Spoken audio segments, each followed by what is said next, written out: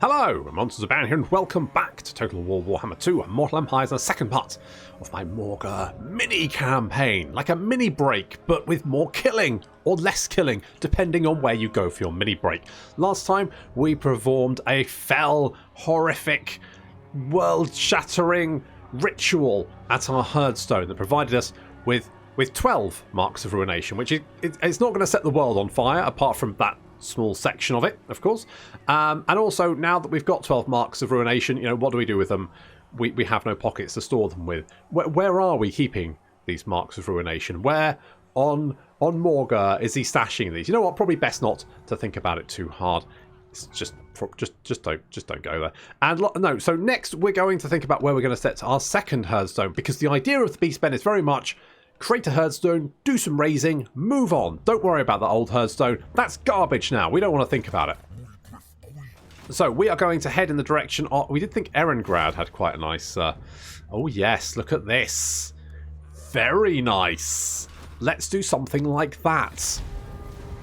Oh, and we've got our quest issued. The Stave of Ruinous Corruption. There we go. So we need to raise or sack one different settlement belonging to the following race: Greenskins. Wherever Morghur treads, chaos follows with him. A dark tide of ravening madness and mutagenic power swirls around Morghur, corrupting and changing all those around him, friend and foe alike.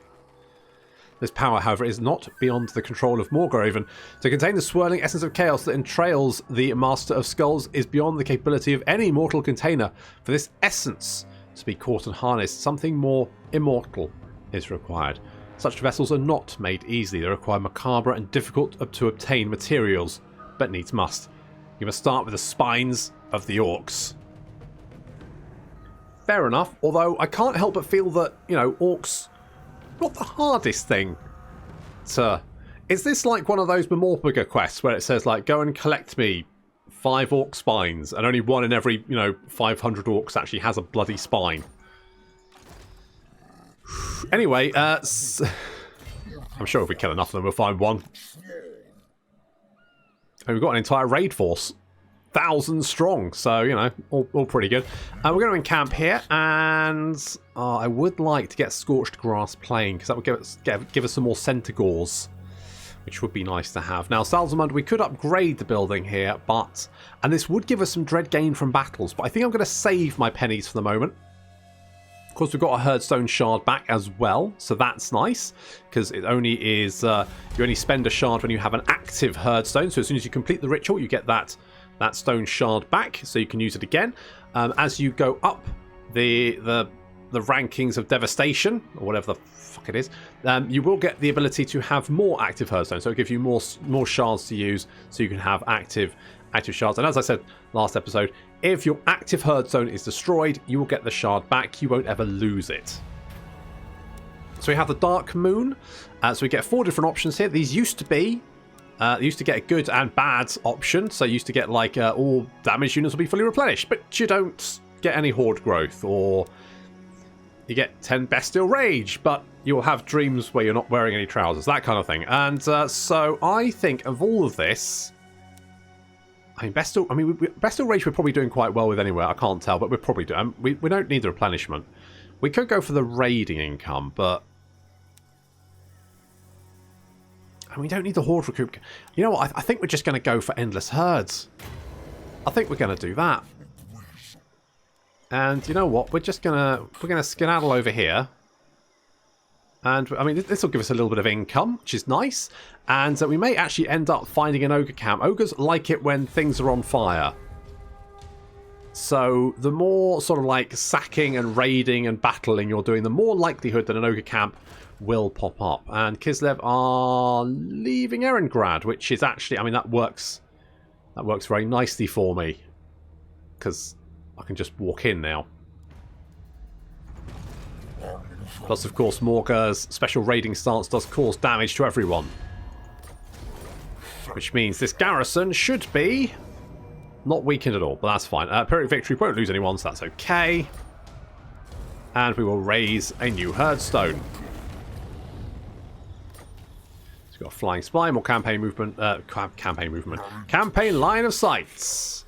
Perfect. And because we've got quite a big blood grounds here, because this is quite large. I'm actually tempted to get the line of sight. Although the plague, I do like plague. Line of okay, we'll get the line of sight, but I'm really tempted to get the plague. I mean, to cause plague, not to like myself to acquire it. Like to actually. You know, good. Anyway, we're going to get fueled by bloods because that's going to give us figure loss reduction and speed for everyone. Everyone just gets to be that little bit faster. And we're going to get Amber Spear here for Morghur the Flesh Eater because why not? I guess Morghur, he really is sticking himself out there. He's not like these other vegetarian beastmen. Definitely, you don't need to say it, do you, really? Beastmen are going to be flesh eaters, realistically. I don't think it needs to be said. It's kind of redundant, that name. We're being raided. Oh, you little monkey. Not likely. It's bloody Valmir. Cheeky little toad. Let's see if we can. Oh, we could get Gauze, but if I think he'll want to take out. He'll want to take this. He will. Oh, I'm tempted to spend this money, but now we are being raided, which means we are losing favour. And you might go, well, they can't raid fate, but I would imagine that if your Herdstone is being raided, then if we consider favour to be the favour of the Chaos Gods may be looking down at that and going, are you being raided by a horrible human? That's shit. You're shit. And so you would lose favour. So actually it kind of makes sense. And don't worry, because if you do have zero, if you have zero money, you don't go into negative. And you will stop losing money from being raided, and your units will not take attrition because you have no money. So even if you get raided to death, it still has no effect on your units getting attrition. Unlike normal factions, if you run out of money, you start taking attrition because you can't pay them. It doesn't work that way with Beastmen. And oh, come on, Valmir, come on, nice. And we've got the reinforcements as well.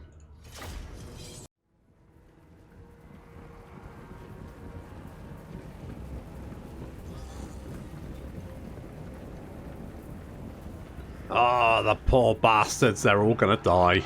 I hope the battle wizards have a few spells up their baggy sleeves. You don't have a battle wizard, so wouldn't really matter. The Amber Spear coming in there. Oh, look at that. 24 kills. Best spell in the game.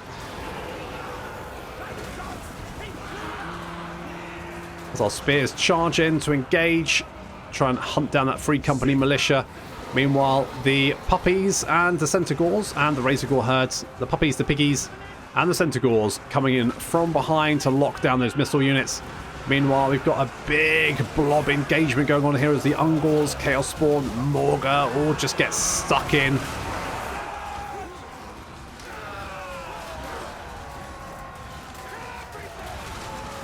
Raiders loosening off those arrows, and Morghur is prepping yet another amazing Amber Spear. Trust me, it's going to be epic.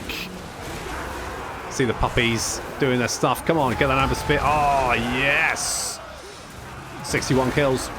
Best spell in the game. Reinforcements are on their way, just in time. The Centaurs and Harpies, Manticores arriving first.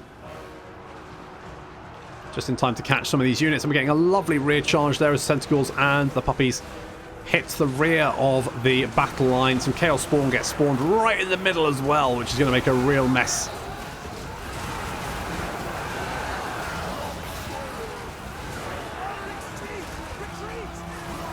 I mean, there's bodies everywhere, and a lot of them aren't Ungor. Is the unit starting to flee? But there's nowhere really for them to go because, you know, they are kind of a little bit surrounded.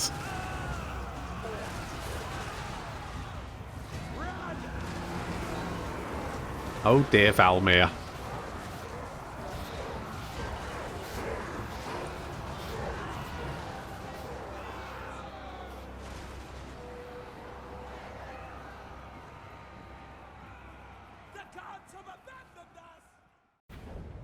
Well, that was very satisfactory. I could get the replenishment, but I kind of want the money. And that will give us little bits of devastation there. Increase that, and also giving us dread. Basically, all good stuff. We can't go wrong with just brutally killing people. So we have the Ritual of Ruin available, but we're not going to do it just yet. Because we've got plenty of places to raise, destroy, plenty of people to kill, all that kind of good stuff. Let's take the replenishment there. Brave Shaman Familiar, more Winds of Magic, which is quite nice. We've got a Dawnstone as well for Morghur. That'll keep him nice and tops up. No, don't do that yet. Not yet. Let's get Ruinous Seances. Another good seance. And, I mean, we've got several targets we can hit here. There's a 6, a 6, a 6. A 6, a 6, a 6. All sixes. All the sixes. 6,000, 6 million, and lot 6. Good. And we're going to... Right, we're going to get Freakish Mutations because I love my Chaos Spawn. And as soon as we hit about 750 Dread, we can get the next rank of the Herdstone. And that will let us recruit more Chaos Spawn. And because we have a big cap for Chaos Spawn, that's going to be quite nice. I might get this, because that is another 10%. It's another... you know what? I'm going to hold off. I just don't think it's going to be that useful. More Amber Spear. I do quite like Flock of Doom. Flock of Doom could be quite nice if we have... Ooh, but I get money from raiding. You know what? I'm going to save my money. I'm not going to build anything. I'm going to garnish my Chaos God favor with a little bit of extra raiding. And we have Hockland. What are you doing? I don't like the fact you're wandering around. But maybe I can just ignore you and you'll leave me alone. Okay, on Cloven Hoof and Twisted Claw means more speed for every... You know what? I'm tempted to actually go for Wolfenberg. Because if we go for Wolfenberg... Sigmar forbids this. Absolutely not. Then that's their main recruitment ground, which will then nobble them. I'm a little bit worried about this army over here, though. I'm sure it'll be okay. Let's just... Fuck it. Go for it. Well, first, Morghur. We'll give you, Freakish Mutations, just in time for you to go and hit that. It says Valiant Defeats. I think we can do better than that.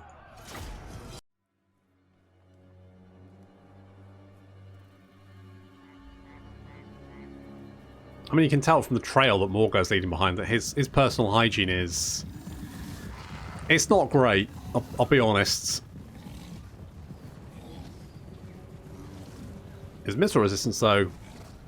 Mwah. Chef kiss. So, while Morghur and the Razorgore herd and the Chaos Spawn, along with Morghur, attack the front gates, of course the Ungor are now sneaking in to attack the walls and take down the gates with their little axes. And we've got some puppies and Centaurs waiting to maneuver, and there we go. They're now going to maneuver over here. And the reason I deployed them over here and moved them over there is because the AI can see where you deploy. So if you deploy units over here, they will put units over here to defend that gate. Whereas if you put them over here, they won't bother. And that means you can, especially because these are very fast-moving units, at the start of the battle you can redeploy these very, very quickly and get the drop on them. That gate is going down very quickly. Ungor are already up on the walls, which is good. And the gate is slowly coming down over here. So far, so good. Ungor Raiders even got into a little position here where they can actually loose off some arrows, take out some spearmen on the wall. Why not? Get some stuff done. That gate is coming down. Oh. You have to give it to these spear boys. You know, they don't have much armor. They've got a pointy stick. And yet they're willing to face demon bacon and tentacles along with someone who doesn't wash. You know, they're braver than I would be. They're probably not paid very much either. I'd be like, guys, I'm going for crib. I'm going to get a cup of tea. Anyone want one? And then I'll just run and stay running. I wouldn't fight this. I would be gone. So Morghur is just going to be doing a lot of damage to everyone around him, as per usual. And of course there's a lot of people around him, which is good. And he's also drawing a lot of attention to himself, which is perfect, because that means the Ungor can now spill into the city, along with the Centaurs and puppies. And there's nary a unit to stop us. I'm actually doing a little bit of Flock of Doom. Also a very good spell. Look, I know, alright? I know Amber Spear's not the best spell in the game, but in Shadow of the Horned Rat it was very, very good. Because your Amber Wizard was free, you just found him in one of the early missions. He was just like, yeah, I'll come and help you. And you didn't have to pay him, he was just always free. And invincible, which means he couldn't die, which was always quite nice. So you could basically take him on every mission, which is good. And Amber Spear was always pretty effective, because you could just spam the shit out of it. There's some more Chaos Spawn being spawned in. It's very nice. There we go. You know, Morghur making friends and influencing people. I mean, making friends... literally making friends of other friends. So that's good. Meanwhile, the puppies and the Ungor are spilling into the city. Getting a nice little surround on the units at the city centre. They're trying to sort of like fend us off, but we're coming in from every direction. How will they stop us? Spoilers, they won't.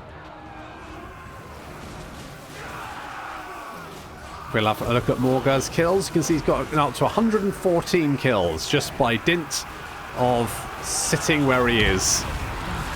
Another Flock of Doom. Which is actually going to help out Morghur, because I think Morghur's ticks go fast enough. So the Flock of Doom does the damage and then Morghur finishes them off.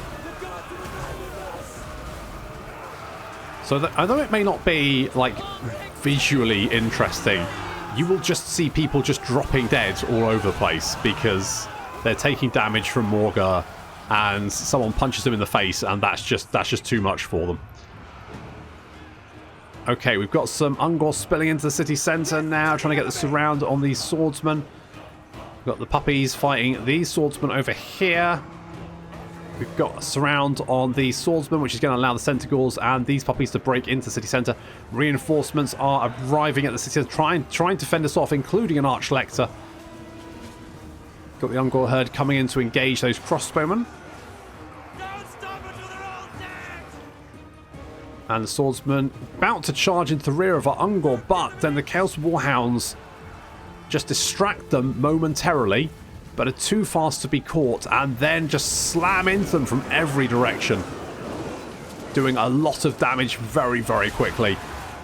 Centaur's now free to rampage around, deal with anyone they want. And if we have a look at what's happening at the gate here, you can see that pretty much everyone is super fucking dead.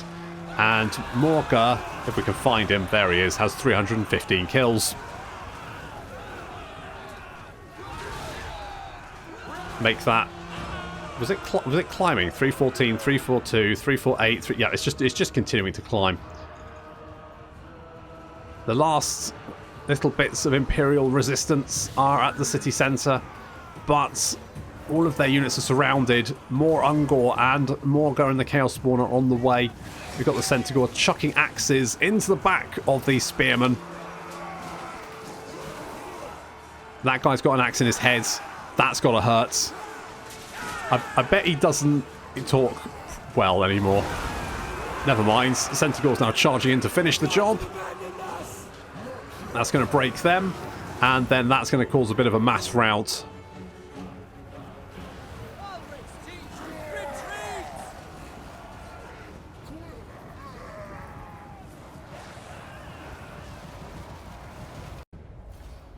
Morghur's just very good at killing everything around him. That's why we love him. Let's us... Ooh, loot and raise.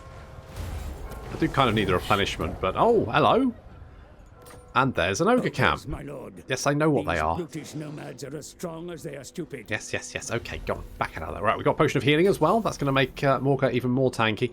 Now, I could go and see the ogres, but if I do that, I won't have enough movement to encamp. So I'm going to encamp here for the moment. We're going to... Now, we've got quite a lot of money. So, we're going to get the squalid encampment, because who doesn't want a squalid encampment? I know I do. And I'm tempted to get the scorched grass plain.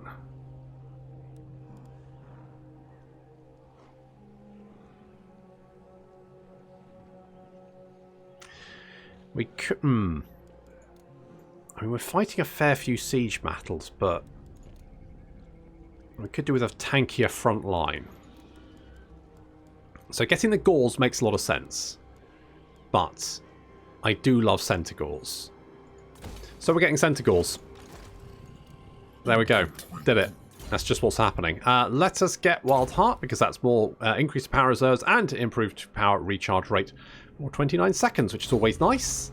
Which means you have a lot of amber spears to throw at people. And we're going to get World Bane, because that's more weapon strength against the goody two-shoe races, which is all nice. We're already up to 18 devastation on Erengrad. Ah, it's all coming together. I don't like how you lose your line of sight at the end of the turn for some reason, and then it pops back. Wow, Hochland going in for the oh, and you spot. Well, you didn't actually spot me, but you blundered into me, which is basically the same thing, I guess. So Hochland have actually stolen Wolfenburg from Ostland, so that's gonna annoy them. There's a couple of armies from Kislev there as well. Oof, that's a lot of greenskins. I think they lost Wrecker's points to Middenland, but they're still fighting on. You've got Glittering Scales, which is quite nice because it just reduces the melee attack of everyone around. What do you have? Charm Shield. I'm going to give you Glittering Scales because the idea of everyone around you having less melee attack, just turning you into a big giant banner, just to drain the health and fun and life and attack of everyone around you. Okay, let's go and meet the ogres. Meet the new neighbours. Okay, so, cautiously entering the Ogre's Mercenaries camp, you realise it's not just a single ogre tribe that have arrived, but 3 separate tyrants marching their armies as one. Furthermore, it appears that each tribe has its own combat preference. Likely reason they're grouped together. A reasonable bribe should be enough to convince one of the tyrants to lend you some of his tribe's considerable fat-laden muscle. So we have 3 different options here. You get these options. I think I'm fairly sure you get these options each time. So you can hire the Head Eaters tribe. That's 2 ogres with dual weapons, and we can see the stats there. So they cost 175 upkeep, and they will cost upkeep for us, even though we have no income. They also cost favour to recruit. So ogres, probably not the best units to recruit for Beastmen. But these guys have dual weapons, so you can see the stats there look quite nasty. They also have Ogre Charge, which is an effect where any unit that has anti-large charge resistance will only gain half the bonus, because ogres are just huge. So that's dual weapons. And you have Man-Eaters. These are slightly upgraded ogres with great weapons. So these guys have much better stats and are pretty scary. Probably comparable to Minotaurs, I would guess.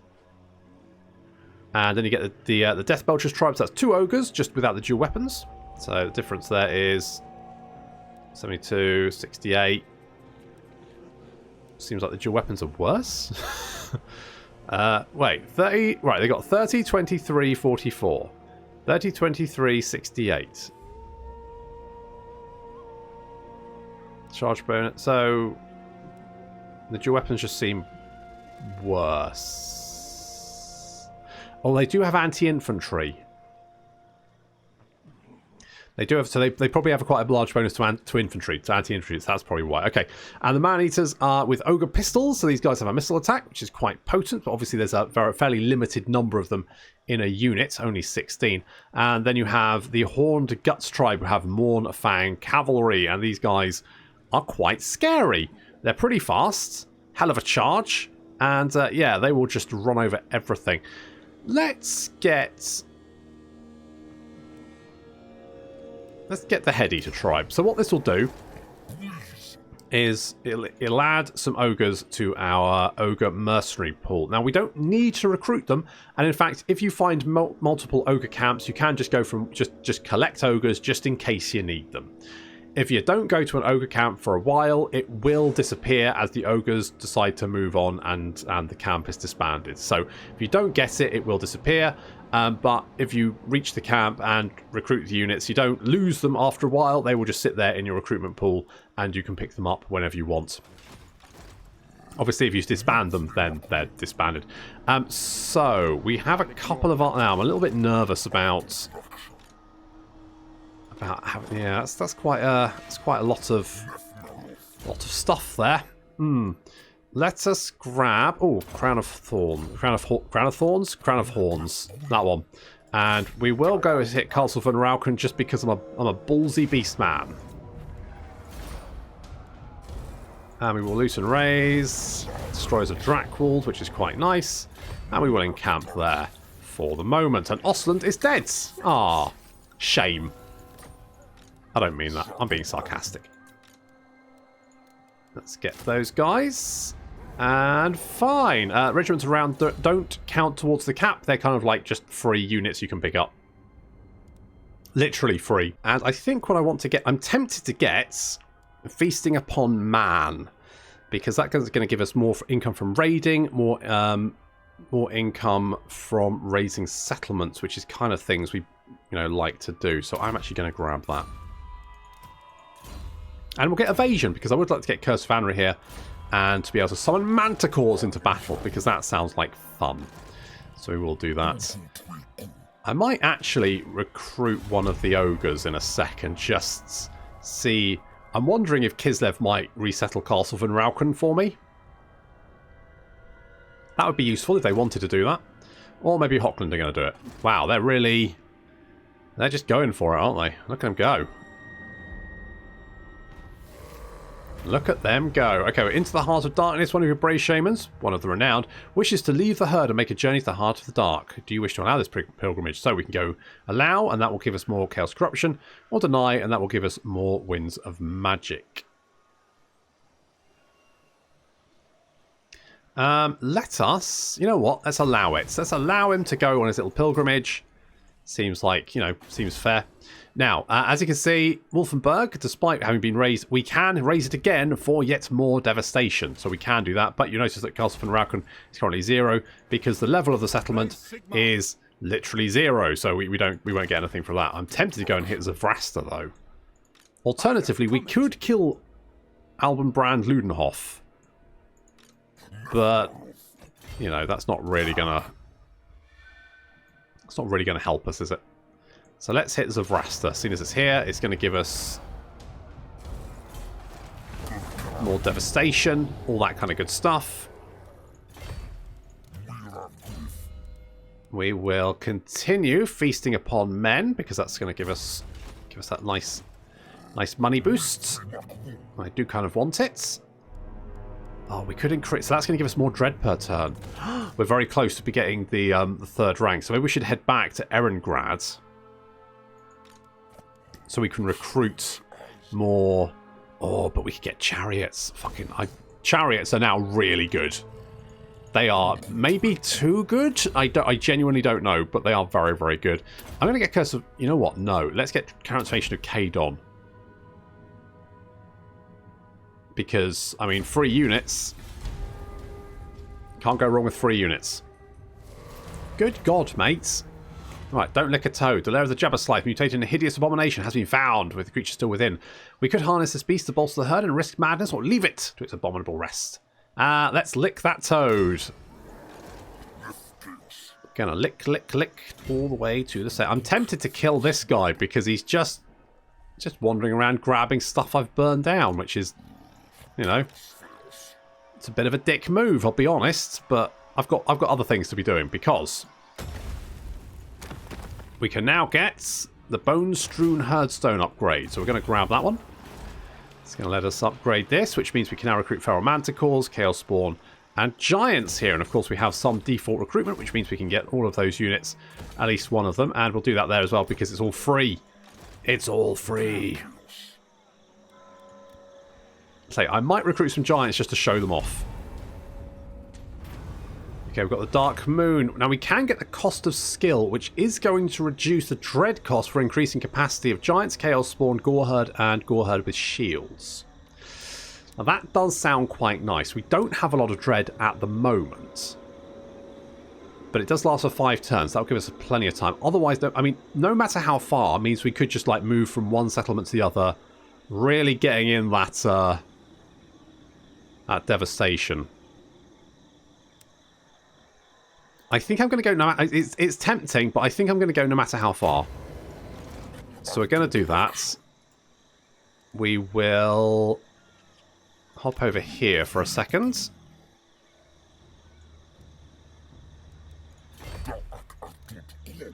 And right, so we can now... Let's get rid of all of the Ungor. Because Ungor, let's be honest, trash. We'll get a Giant, because why not? And we'll get a Razorgore Chariot, because again, why not? I'm going to get rid of the Raiders, because they're garbage. And I'll get some of those. That seems pretty good. I might get rid of the Razorgore Herd as well.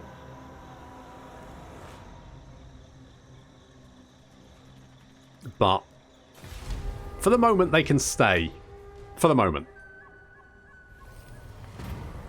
Ooh, Ruinous Rituals. We can sacrifice warriors. That will reduce our horde growth, but increase income. Or we can spare the warriors to get more fate. I'm going to spare them because I need the money. Okay, let's go and hit... Now, it looks like these beastmen are laying siege to Fort Ostrosk, which is rude. Now, we don't really need to encamp, so... we could just head towards Fort Strogov. The idea being we're going to hit as much stuff as possible. Let's get Ardor of Fury. Now, this confused me at first because I was like, I'm fairly sure that the Beastmen units have this Primal Fury already, and they do. However, certain units don't have it. Things like Chaos Warhounds, Chaos Spawn. I don't think the Giant does. No. But if you do get this, it will give all of your units that ability. So even Chaos Spawn. So it just gives 5 melee attack, charge bonus, and speed, and immune to psychology, as long as your leadership is not lower than 50%, which obviously just gives a nice big boost across the board for every single one of your units. So that's nice. You know, can't go wrong with that. Let's get Curse of Anra here. It's a nice... It's a nice general debuff that just means you're going to kill people that little bit harder. And let's get the Winds of Malady, because that's going to make Plague, and Plague is good. I'm tempted to get this. Ooh, Fort Strogov is an 8. Got 42. Oh, this is going to be so good. If we can do a little bit more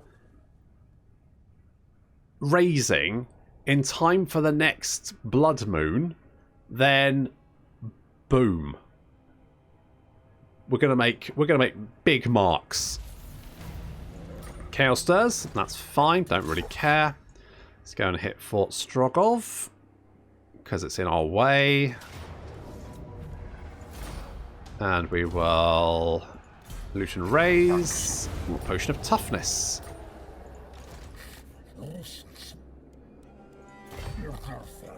Let's do some raiding. It's not going to give us any money because they're under siege, but never mind. We're going to get the Abstraction of Zinch. Got there in the end. That's going to increase the Aura of Madness ability for the Jabberslies, which basically means they do damage over time. Jabberslies are amazing, and I would love some, but obviously we're not using the DLC at the moment. It also gives Chaos Spawn Horrible Regeneration, which is regeneration, but with the ability to resurrect dead units or dead members of the unit as well. We also got melee defense for Centaurs, Chaos Spawn, Jabberslies, and weapon strength for Centaurs, Chaos Spawn, and Jabberslies. So just good across the board. It's going to beef up our Chaos Spawn, make them much more killy, and also very hard to kill as soon as they just start regenerating, even if they are killed. Let's upgrade. I'm going to upgrade this because it's just going to give us that little bit more dread, and I like that idea. I might actually come and kill these guys so I can hit Fort Ostros, because they're kind of, you know, I'm fairly sure I called dibs on that. Fairly sure I called dibs on it, and now they want it, or they're laying siege. And so if they raise that, I'm going to be fairly vexed, in all honesty, because I don't think it will count towards... You just burned it. Well, okay. Okay. I'm not gonna say anything. Did that actually give us devastation? Might have done. In which case, thanks, I guess. I guess. I mean, you know, as long as it worked. So we've currently got some settlements down here that have been resettled that we could raise. I could destroy the Tower of Crack, but that would annoy the Norskans, and I might just leave them for the moment.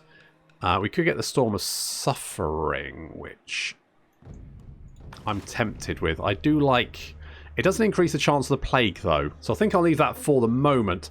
But next time, we will be potentially hitting Zavrasta. How many turns do we get the full moon? 5 turns. Okay, so we need to wait 5 turns. Keep raising that devastation, and then we get a big, massive hit of these Marks of Ruination, which I'm hoping is going to take us potentially all the way to Ruination level 3 and unlock the recruitment of Bestigors, Giants, and Chaos Spawn. And also the get 2 new hordes as well. So we can get 2. We'll have an army capacity of 3 at that point. Or 2. No, +2. There we go. +2. Which means we can have 3 armies. So we can raise 2 more armies, fill them full of Ungors and puppies, and go to town. But that is going to have to wait until next time. Thank you very much for watching, and I'll see you in the next episode.